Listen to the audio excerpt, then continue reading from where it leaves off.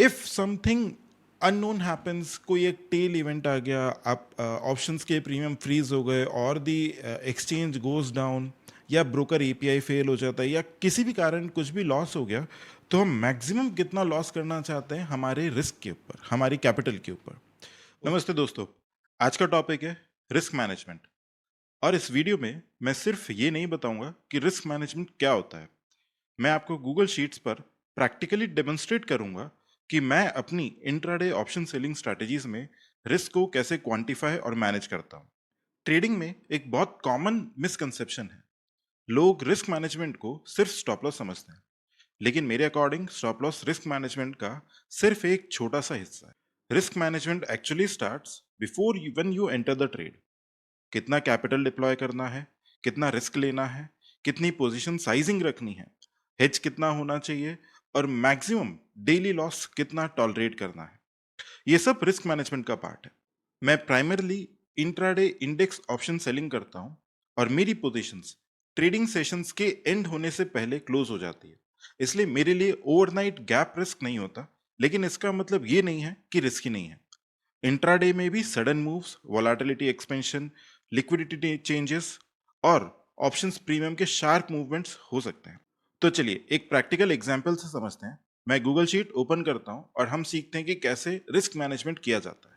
अब सबसे पहले जो मैं अज्यूम करूंगा वो है कैपिटल। लेट्स से मान लीजिए अगर आप ऑप्शन सेलिंग कर रहे हैं, तो ऑप्शन सेलिंग कर रहे हैं तो हम एक डिसेंट साइज का कैपिटल अज्यूम कर लेते हैं। लेट्स से कि आपका कैपिटल है 50 लाख्स। अब आपको यहाँ पे कुछ कॉन्सेप्ट सीखने हैं। सबसे पहली चीज़ जो आती है वो है risk per day. Risk per day, तो जनरली जो मेरा रिस्क पर डे होता है वो 1% ऑफ द कैपिटल पे रहता है। और दूसरा है worst case risk. Worst case risk का मतलब क्या है? इफ समथिंग अननोन हैपेंस, कोई एक टेल इवेंट आ गया, आप ऑप्शंस के प्रीमियम फ्रीज हो गए और दी एक्सचेंज गोज डाउन, या ब्रोकर एपीआई फेल हो जाता है, या किसी भी कारण कुछ भी लॉस हो गया, तो हम मैक्सिमम कितना लॉस करना चाहते हैं हमारे रिस्क के ऊपर, हमारी कैपिटल के ऊपर, उसे हम कहते हैं वर्स्ट केस रिस्क। यानी मेरे लिए अगर मैं इसको 10% पर रख रहा हूँ, तो हमारा एब्सोल्यूट जो रिस्क हो जाता है, एब्सोल्यूट रिस्क हो जाएगा 5 लाख रुपीज़, और ये हमारे लिए आ जाएगा 50,000। यानी अब आप एक चीज़ समझने की कोशिश करिए, हम रिस्क मैनेजमेंट को इतना स्ट्रांगली, इतना इतना डेप्थ में इसलिए समझना चाहते हैं क्योंकि हम चाहते हैं हम लॉन्ग टाइम तक मार्केट के अंदर सर्वाइव करें। हमारा टारगेट ये नहीं है कि हमें एक ही दिन में पैसा बना लेना है या एक ही बार में सारा का सारा गेम कर देना है। हमारा जो इंटेंशन है that is towards sustaining long enough in the market, ताकि हम धीरे धीरे स्लो एंड स्टडीली अकाउंट को ग्रो कर सकें। So what basically I do is, अगर मेरा कैपिटल 50 लैक्स है, 50 लैक्स पे the risk that I am going to take per day is 1%, और हमारा जो वर्स्ट केस रिस्क है दैट इज 10%। अब आप समझिए, हम रिस्क पर डे के लिए स्टॉप लॉस लगाते हैं और वर्स्ट केस रिस्क के लिए हम हेजेस लेते हैं। तो जो हेजेस हम डिफाइन करते हैं हमारी स्ट्रैटेजी के लिए, that is based on war, value at risk, जो हमारे लिए 10% है। या आप 10% भी रख सकते हैं या 15% भी रख सकते हैं, डिपेंडिंग अपॉन आपका क्या रिस्क एपिटाइट है, दिस चेंजेस। तो हेजेस आर अ मस्ट। अगर आप हेजेस नहीं रख रहे हैं तो something something is definitely going to happen, because वो टेल इवेंट को एलिमिनेट करने के लिए है। अगर आपने हेजेस भी आपके ट्रेड के अंदर रखे हैं और आपने आपका वार 10% पर रख दिया कि नो मैटर व्हाट हैपेंस, चाहे मार्केट ऊपर जाए चाहे नीचे जाए, there is some news, stop loss jump happens और something something happens, you are not going to lose more than 10% of your capital, and the probability of us hitting the VAR is very very less, probably is less than 1%. Now let's talk about risk management and position sizing. अब सबसे पहले जब हमने ये decide कर लिया है कि हमारे लिए रिस्क पर डे कितना है, इफ दैट इज 1%, तो हमारे लिए पर डे का रिस्क हो गया 50,000. Now what simply I'm going to do is I will divide this 50,000 into number of entries or number of trades. अब मुझे ये 50,000 एक ही बार में डिप्लॉय नहीं करना है, मुझे इस 50,000 को डिफरेंट डिफरेंट टाइम्स पे, डिफरेंट डिफरेंट सेटअप्स पे, आपका जिस तरीके का सेटअप है, अगर आप ऑप्शन बाइंग कर रहे हैं या आप इक्विटीज़ के अंदर कर रहे हैं या फ्यूचर्स में कर रहे हैं, आप XYZ किसी के भी अंदर कर रहे हैं, चाहे आप कमोडिटीज़ के अंदर कर रहे हैं, हमें एक ट्रेड के अंदर पूरा का पूरा जो रिस्क है वो इंट्रोड्यूस नहीं करना है। तो we have to take number of trades and divide the risk per trade. In my case let's say I take 10 number of trades, तो मेरे लिए रिस्क पर ट्रेड कितना हो जाएगा? 5000. यानी कि मैं 5000 के 10 ट्रेड्स लूंगा. अब इसका बेनिफिट क्या है? बेनिफिट ये है कि हमें आउटकम नहीं पता है, हमें ये पता है कि हमारा एक्सपोजर कितना है मार्केट के अंदर. इफ बाय एनी चांस अगर हमारे लिए ट्रेड हमारे फेवर में नहीं जाता है तो हमारा मैक्स लॉस कितना होगा? 50,000 का. और since we have taken 10 trades, तो 10 ट्रेड्स के अंदर इवन if 50 और 60% of the trades goes in our favour, तो हमारे लिए जो नेट टू नेट रिटर्न निकल के आता है वो ग्रीन निकल के आ जाता है. अब यहाँ पे मान लीजिए आपका सेटअप कुछ ऐसा है कि आपके लिए रिस्क पर ट्रेड आपने डिफाइन किया, रिस्क पर ट्रेड आपका होता है लेट्स से 2000. ओके, 2000 का रिस्क पर ट्रेड होता है. और अब आप यहाँ पे बोलते हो कि आपको नंबर ऑफ लॉट्स कितने लेने हैं. Number of lots let's say आप लेते हो 5, तो आपके लिए रिस्क कितना हो गया? रिस्क पर entry, I will say risk पर एंट्री आपके लिए हो गया 10,000 का.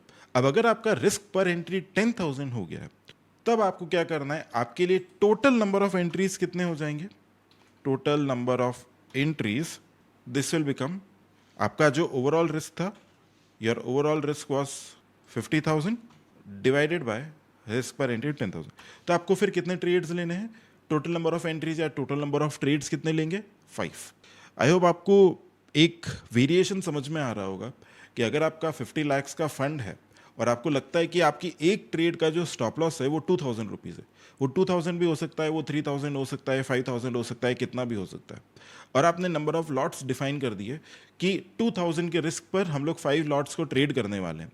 It can be calls, it can be puts, option buying हो सकती है, ऑप्शन सेलिंग हो सकती है, इक्विटी हो सकती है, कुछ भी हो सकता है. सो रिस्क पर एंट्री आपका कितना हो गया? 10,000 हो गया. अब अगर आपका 10,000 का रिस्क है एक एंट्री में, तो आप टोटल 5 सेटअप्स को ट्रेड कर सकते हो on one particular day. Now this increases the probability of winning. अगर आप 5 सेटअप्स को ट्रेड कर रहे हो और अगर 2 या 3 पे आपके फेवर में जाते हैं with a good risk and reward ratio, then in the end आपको नेट आउटकम ग्रीन निकल के आ जाता है. रिस्क मैनेजमेंट का फोकस एवरेज डे पर नहीं, बैड डे पर होना चाहिए. नॉर्मल डे पर ऑलमोस्ट हर स्ट्रैटेजी अच्छी लग सकती है. रियल टेस्ट होता है जब मार्केट अनएक्सपेक्टेडली 2%, 3% या उससे भी ज्यादा मूव करता है. अब एक very important rule, stop loss को ट्रेड के बीच में वाइडन नहीं करना है.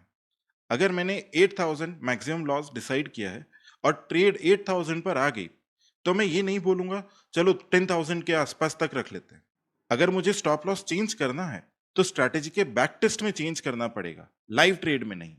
हमारे लिए रिस्क मैनेजमेंट का जो मोस्ट इंपॉर्टेंट लेयर है वो है डेली लॉस लिमिट. सपोज मेरा डेली रिस्क बजट 15,000 का है, 15,000 का. अगर मॉर्निंग में मुझे 8,000 का लॉस हो गया, तो मेरा जो रिमेनिंग बजट है वो बच जाता है 7,000 पे. अब मैं ये नहीं सोचूंगा कि अब 15,000 को रिकवर करना है, मैं फ्रेश सेटअप को फ्रेश रिस्क के पर्सपेक्टिव से इवेल्युएट करूंगा. यानी मैं जब भी 7,000 का लॉस अगर मेरा रीच आउट और हो जाता है, तो मेरे लिए हमारा ट्रेडिंग डे फिनिश हो गया है. ये रूल बोरिंग लग सकता है, लेकिन एक्चुअली बोरिंग रूल्स ही कैपिटल प्रोटेक्ट करते हैं. मैं पर्सनली रिस्क मैनेजमेंट को एक हायरार्की की तरह देखता हूँ. First, capital protection. Second, position sizing. Third, hedging. Fourth, stop loss. Fifth, portfolio exposure. And only after all of this comes profit optimisation. आप नोटिस करेंगे कि मैं प्रॉफिट को फर्स्ट प्रायोरिटी कभी नहीं बनाया, बिकॉज ट्रेडिंग में एक सिंपल रियलिटी है, you cannot compound what you cannot perceive. अगर कैपिटल प्रोटेक्ट नहीं हुआ तो लॉन्ग टर्म कंपाउंडिंग का क्वेश्चन ही नहीं आता. अब एक और कॉमन मिस्टेक की बात करते हैं. एक ट्रेडर सोचता है कि मेरे पास 15,000 का डेली रिस्क लिमिट है, तो 15,000 का रिस्क लेना ही है. नहीं, ऐसा नहीं. रिस्क लिमिट एक सीलिंग है, कोई टारगेट नहीं है.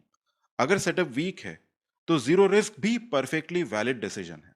और यही स्टैटिस्टिकल ट्रेडिंग की एक बहुत इंपॉर्टेंट बात है. हम मार्केट को फोर्स नहीं करते, हम सेटअप का वेट करते हैं. जब एक्सपेक्टेड वैल्यू पॉजिटिव हो और रिस्क प्री डिफाइंड हो, तब पार्टिसिपेट करते हैं. Otherwise cash is also a position. और जब मार्केट अगेंस्ट जाता है, मैं सिर्फ एक ही चीज पूछता हूँ, has my predefined risk threshold been breached? अगर यस तो एग्जिट, अगर ना तो सिर्फ मार्केट की नॉइस की वजह से पैनिक नहीं करना है. मेरे लिए रिस्क मैनेजमेंट का अल्टीमेट ऑब्जेक्टिव ये नहीं है कि मैं कभी लॉस ना करूं, दैट्स इम्पॉसिबल एक्चुअली। ऑब्जेक्टिव है जब लॉस आए तो वो प्रेडिक्टेबल, कंट्रोल्ड और सर्वाइवेबल हो। आपको ट्रेडिंग में एक लाइन याद रखनी चाहिए, you don't control the market, you control your exposure to the market. Market 500 points move करेगा या 1000 पॉइंट्स मूव करेगा, मेरे कंट्रोल में नहीं है। लेकिन मैं कितना कैपिटल एक्सपोज करता हूँ, कितनी पोजीशन लेता हूँ, हेज करता हूँ या नहीं करता हूँ, कब एग्जिट करता हूँ, ये मेरे कंट्रोल में है। सो अगर आप ऑप्शंस ट्रेडिंग करते हैं तो नेक्स्ट टाइम स्ट्रैटेजी डिजाइन करते वक्त सिर्फ ये मत पूछिए मेरा एक्सपेक्टेड रिटर्न कितना है, ऑल्सो आस्क मेरा वर्स्ट केस क्या है, मेरा डेली रिस्क कितना है, मेरे लूजिंग स्ट्रीक में क्या होगा, मेरे ड्रॉडाउन कैसे बिहेव करेंगे, और अगर मार्केट सडनली अगेंस्ट मूव करे तो मैं क्या करूंगा। दोस्तों, ये है स्टैटिस्टिकल ऑप्शंस ट्रेडिंग, जहां हम प्रेडिक्शन से ज्यादा प्रोबेबिलिटी, एक्सपेक्टेड वैल्यू और रिस्क मैनेजमेंट पर फोकस करते हैं। अगर आपको ये प्रैक्टिकल अप्रोच यूजफुल लगी है तो वीडियो को लाइक करिए, चैनल को सब्सक्राइब करिए, और हम मिलते हैं अगले एपिसोड में।